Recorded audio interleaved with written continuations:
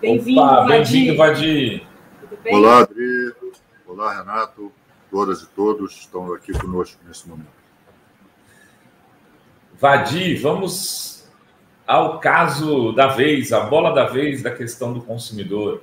O caso Enel. Como estamos? O que a secretaria tem feito, a sua secretaria, em relação a isso? Está um desespero aqui em São Paulo e o prefeito agora já até ganhou um novo apelido, Ricardo Taxa, porque ele quer cobrar taxa das pessoas para poder recuperar as fiações, fazer o serviço que a empresa, ao ser privatizada, deveria ter sido, né, convidada a fazê-lo. Olha, Renato, na segunda-feira nós notificamos a Enel. Enfim. Eu falo Enel, mas todo mundo fala Enel. Eu prefiro falar Enel também. Então, para cobrando explicações, né, acerca do que aconteceu.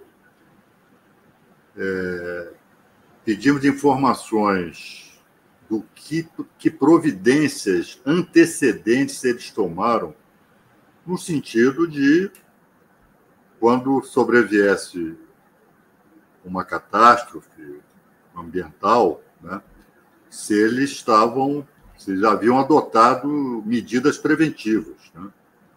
Como é que estava naquele momento, o que eles estão organizando para o futuro, né? O prazo de resposta vence hoje, né? Estamos aguardando aí a resposta deles e vamos ver, enfim, o que nós vamos fazer a partir da resposta que eles derem. E como que as pessoas podem recuperar os seus prejuízos? Existe uma orientação e também a empresa é obrigada a sanar os prejuízos das pessoas? Porque muita gente perdeu comida, equipamento, etc.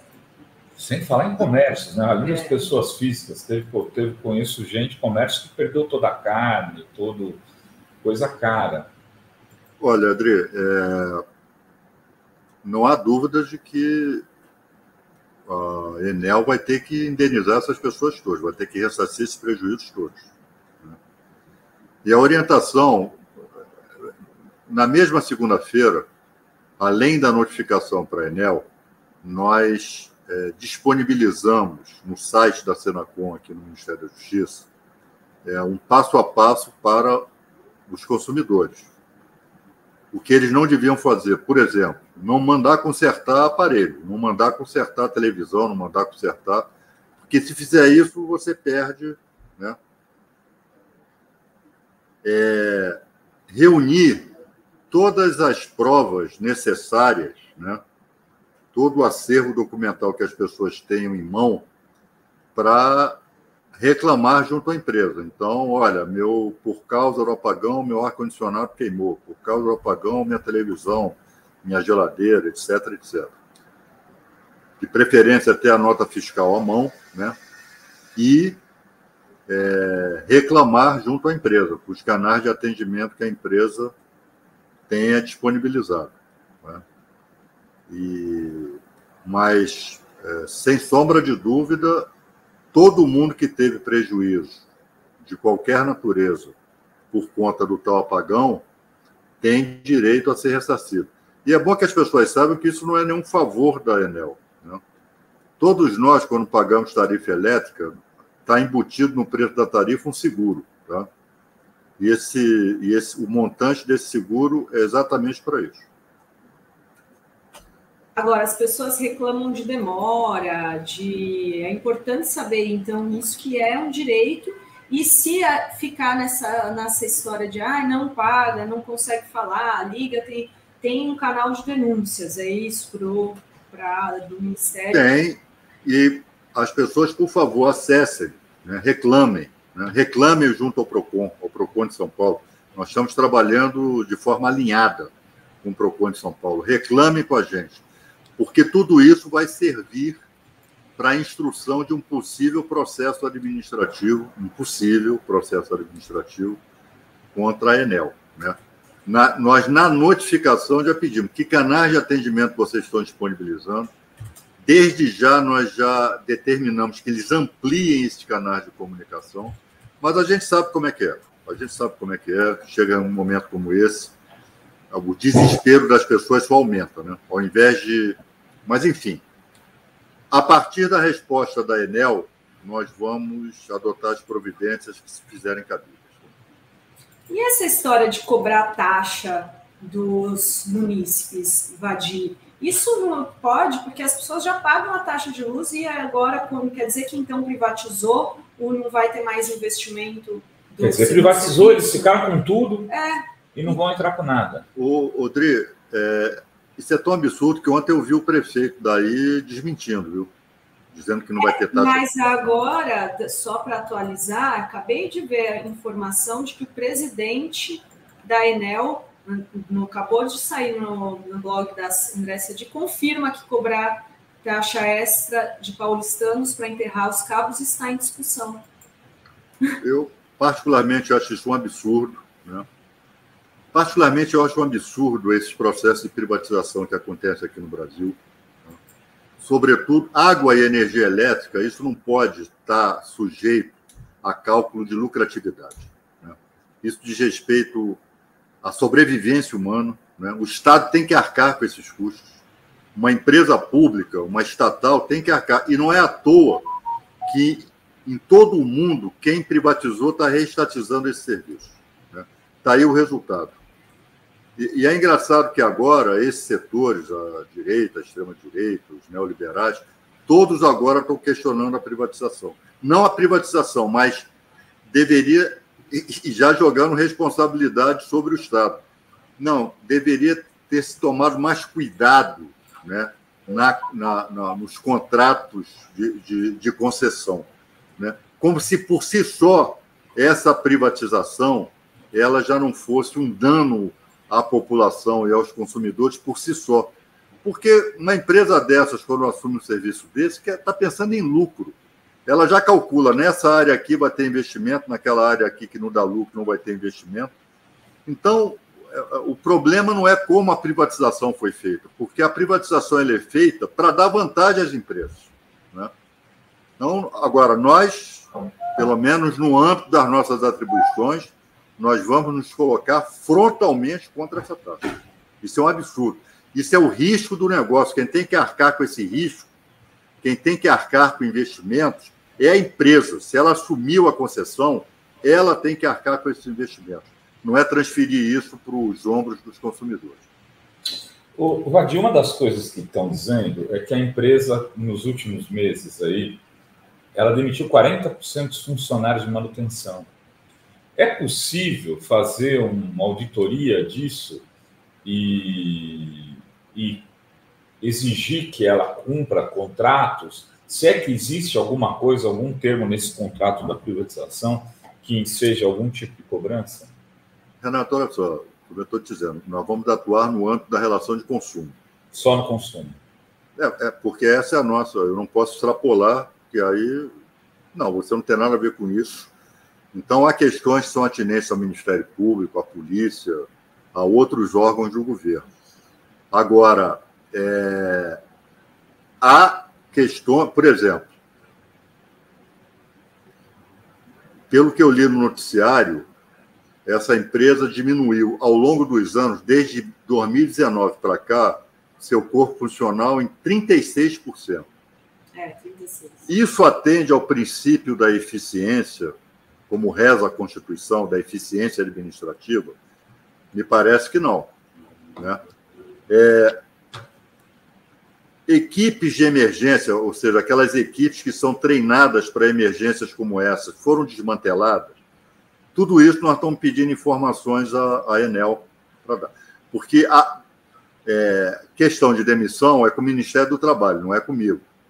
Mas as consequências disso para os consumidores, isso é com a gente, né? Se ficar demonstrado que a Enel não teve cuidado em se precaver, né? Porque outra coisa que tem que ficar clara, rapaz, essa história, não, foi uma chuva sem precedente. Toda hora vai ter chuva sem precedente, né? Então, as empresas hoje em dia, a meteorologia internacional, já há alguns anos, vem alertando, olha, esses acidentes, esses incidentes ambientais, eles tendem a ficar menos espaçados, então não vai ser de 10 em 10 anos, vai ser de 5 em 5 meses, de 6 em 6 meses, e tendem a ser mais intensos. Ora, cabe a quem é detentor de uma concessão pública tomar as providências, não é para impedir que a chuva caia ou que o vento sopre, mas tomar providência para mitigar prejuízos e para atender as pessoas quando a catástrofe acontecer. Né? E é exatamente o que essas concessões não fazem. Vadir, mudando um pouquinho de assunto aí, o nosso ministro da Justiça, aí, o teu chefe direto, ontem foi duro com os portugueses. O que você achou? Damus não é português, certo? Olha, Renato, não é de hoje que a gente ouve reclamações de pessoas que vão a Portugal, brasileiros, né, e que estão sendo destratados lá. Isso não é caso isolado, não. Esse episódio com essa senhora, se não me engano, foi no aeroporto, não é caso isolado, isso é algo sistemático. E acho que já está cabendo, né, o governo brasileiro, tomar providência em relação a isso junto ao governo de Portugal, né? Porque não tem cabimento. Por isso que o Flávio foi irônico ontem. Né? Bom, então tá. Então devolvam o ouro, né, que foi retirado daqui, né? Já que não tem cabimento, rapaz.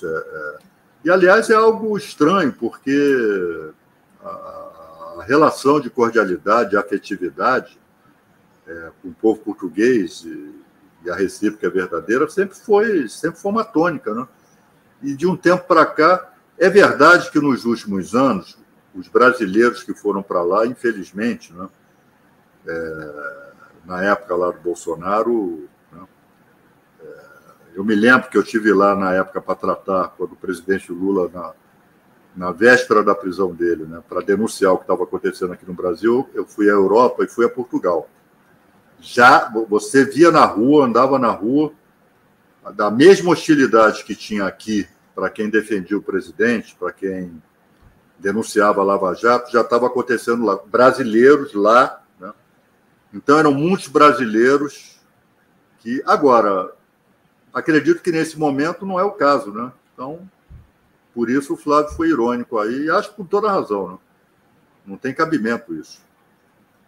Tudo bem, Dri, temos algumas perguntas aqui. Eu estava vendo para o Vadir, uma até do Edgar Piscino, nosso ouvidor, que ele fala, eu já perdi uma geladeira por causa de rede elétrica, apresentei toda a documentação, toda a comprovação do problema, com laudo técnico e tudo mais, e nunca recebemos R$1. Eu ouço isso de muita gente, sabe, Vadir? Olha, Renato, naquilo que está aquilo que nos compete fazer, nós vamos fazer, mas de fato eu reconheço. Há casos, enfim, tenho certeza que vai ter muita gente aqui que está nos ouvindo, vai contar outros casos, mas que não são indenizados. Né? Aqui a nós, o que cabe, nós não somos poder judiciário. Né? Nós não temos o poder de pague. Nós temos o poder de não pagou, vai ser multado. Então, infelizmente. Né? Mas... Então, assim, se aí a pessoa... por isso que é importante denunciar para vocês poderem... É importante as pessoas se documentarem, reclamarem, formalizar a sua reclamação. Agora, nós podemos ir até onde? Até a multa contra a empresa. Essa obrigação de fazer, quem pode determinar, pague, é o Poder Judiciário. E, Vadir, com toda essa questão, entrou em discussão até a privatização da Sabesp, que é uma das principais aí bandeiras do governo de São Paulo, e tem bolsonaristas, inclusive, indo até o Supremo Tribunal Federal para barrar essa privatização. Você acha que com o que aconteceu em São Paulo nesses últimos dias e com a Enel, essa privatização da Sabesp pode ter aí impacto? Eu acho que vai subir no telhado. infelizmente, né, teve que acontecer uma tragédia, e toda tragédia, às vezes, ela, apesar de ser uma tragédia, ela traz um elemento positivo. Né? E esse é um elemento positivo. Eu acho que isso deve servir... Porque esse negócio de privatização aqui no Brasil, isso parece que é um desígnio divino, parece que é um destino manifesto, né? É uma ideologia de privatização. E, infelizmente, o povo, que é o mais prejudicado com isso, sobretudo o povo mais pobre, isso passa... Né? E pode ser que, com o que aconteceu aí em São Paulo, as pessoas passem a prestar mais atenção quando se falar em privatização aqui no Brasil, sobretudo desse serviço. Né? Eu repito, água, energia, isso diz respeito à vida das pessoas, à sobrevivência das pessoas. Isso não pode... O preço desse serviço não pode estar submetido a cálculos de lucro, né? De lucros e dividendos. O Estado tem que arcar com esses custos. As pessoas pagam impostos para isso. Então, eu espero que, de fato, que com o que aconteceu, não aconteça essa privatização da Sabesp. Para até os bolsonaristas estarem reagindo. Tem um racha aí no bolsonarismo, né? Você vê que o Tarcísio está de um lado e os bolsonaristas raízes, certamente combinados com o seu chefe Mor, estão de outro, né? Eu acho que isso também tem a ver com as eleições de 2024. Falei isso agora. Sem dúvida. Não. Já entra também o cálculo eleitoral. O apoio ao Ricardo Barros. Ricardo Nunes. É um cara tão importante, esse prefeito de São Paulo, que eu nunca lembro o nome dele. Ricardo Nunes e a candidatura do Ricardo Salles, o outro Ricardo.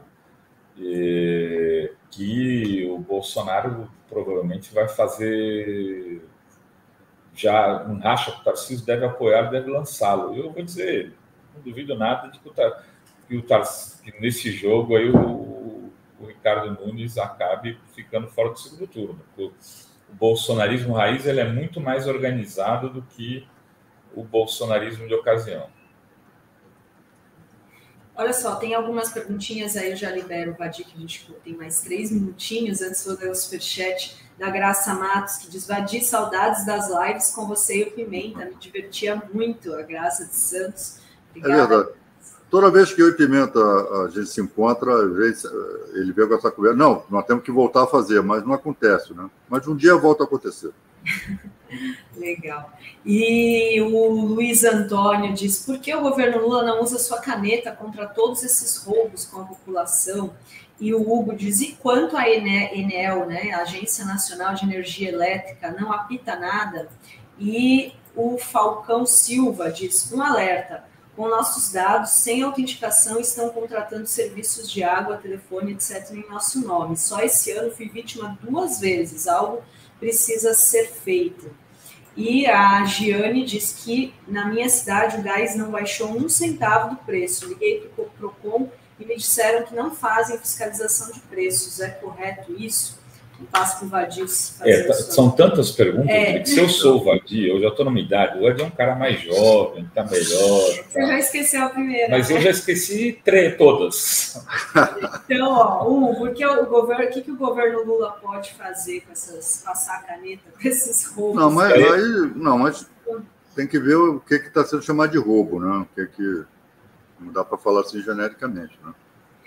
Porque aqui, como se tem na figura do chefe de Estado uma figura, digamos, paterna, né? Todas as mazelas nacionais compete ao pai resolver. E não é assim, né? Um Estado organizado tem as suas competências institucionais, etc. Sim. E a questão do preço do gás e também da agência... Olha, esse problema de gás e combustível é um problema desde que não tem mais tabelamento, isso é um problema. E fiscalização tem sim, agora é uma fiscalização insuficiente, né? É insuficiente. O Estado brasileiro, infelizmente, nessa dimensão, ele não está aparelhado para exercer essa fiscalização como deveria ser. Isso é algo que não vai ser resolvido em curto prazo aqui no Brasil. E quanto à Agência Nacional de Energia Elétrica? As agências reguladoras, não só a ANEEL, mas todas elas deixam muito a desejar, né? Quando se trata de exercer um papel mais de enquadramento, né, da área econômica que elas deveriam regular, né? Então, parece até que a ANEEL já até acolheu a tese, né, de acidente ambiental extremo, para isentar de responsabilidade empresas tipo a Enel, né? Então, isso é algo que a gente vai ver agora, esse embate, esse cenário aí com a Enel ainda vai dar muito pano para manga. Pessoal, vou ter que me despedir. Não, tá certo, Vadir. A gente contava contigo 20 minutos, te agradeço muito. Bom trabalho e já estamos aqui. Obrigada, até a próxima.